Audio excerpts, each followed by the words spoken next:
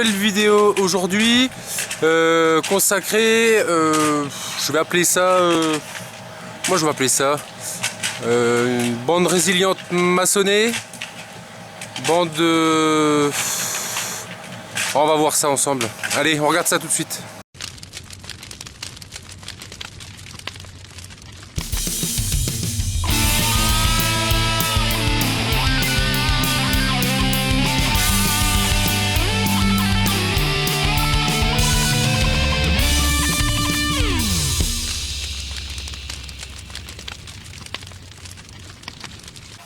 Alors tout d'abord, je vous montre, donc j'ai fini de poser les deux couches de 60 mm de liège croisées. Toujours important de les croiser pour pas qu'il y ait deux joints qui se chevauchent.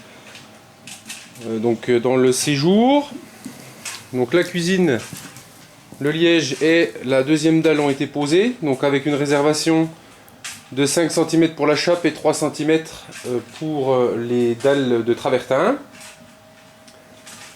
Donc j'ai toujours bien rempli le pied de mur derrière les cloisons.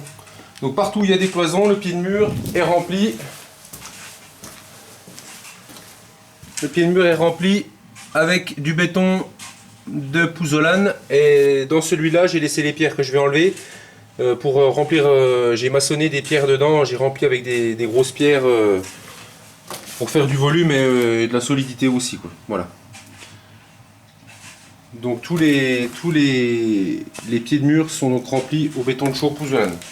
Ici, je vais rajouter un chevron tout le long là, deux niveaux avec qui sera à la même hauteur que la dalle que je vais tirer fin de semaine. Et donc lui, ce sera un béton de chaux pouzzolane avec du liège dedans. Donc je vais rajouter du liège, je vais vous montrer comment je le fais. Pour avoir un rendu, j'en ai déjà fait à la chambre. Donc la chambre, on voit que les pieds de cloison sont remplis jusqu'au pied de mur. Comme ça, mon pied de mur, il est bien... Alors, donc cette bande, on la voit ici. On voit bien la démarcation avec la dalle normale, donc béton de chaux pouzzolane normal. Et ici, j'ai rajouté... du liège en vrac, donc je vous montrerai. C'est pour en fait atténuer le pont thermique qu'il pourrait y avoir entre la dalle et l'extérieur de la maison, le mur et l'extérieur de la maison. Alors je sais pas si ça a un réel impact. Je me suis vraiment posé la question quand j'ai fait ça. Puis bon, la résistance elle est quand même très bonne. Ici dessus, j'aurai la laine de bois qui va reposer, donc je mettrai juste une petite couche de liège pour que la laine de bois soit pas en contact direct avec la dalle. Donc la laine de bois sera ici et le bloc de chanvre sera maçonné là. Ensuite j'ai mis de niveau mes chevrons pour couler donc derrière là.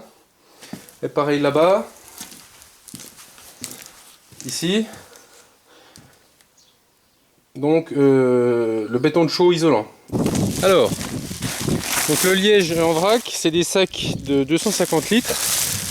Et ça représente... C'est ça en fait, c'est des granules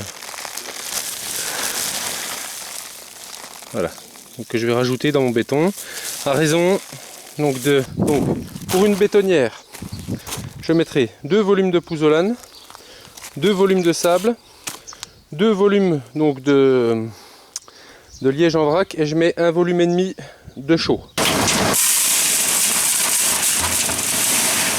J'ai déjà mis un seau d'eau dedans hein.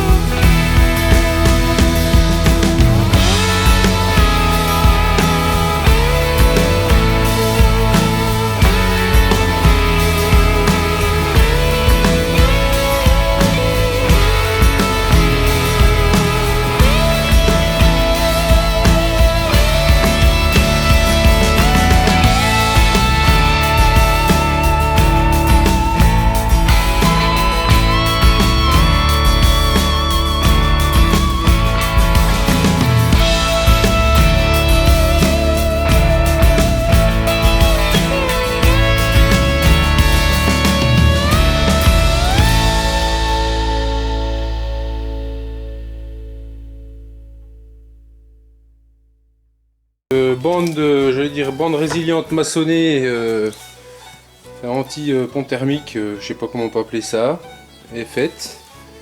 Donc j'ai pas fait ici devant la porte. Ici donc j'ai encore donc la terre avec l'ancienne dalle en ciment. Comme on a changé la porte, je voulais pas risquer d'abîmer le seuil par décalage hasardeux. Donc une fois que j'aurai fait toute ma dalle, que j'aurai commencé même à faire le sol, je viendrai casser donc cette partie là, creuser, enlever sous le seuil et refaire. Alors je sais pas si j'isolerai, je sais pas trop comment je vais faire à ce moment là. Donc on verra le moment venu. Bon cette vidéo est terminée, merci de m'avoir suivi. Je vous dis à une prochaine fois. Allez, salut à tous.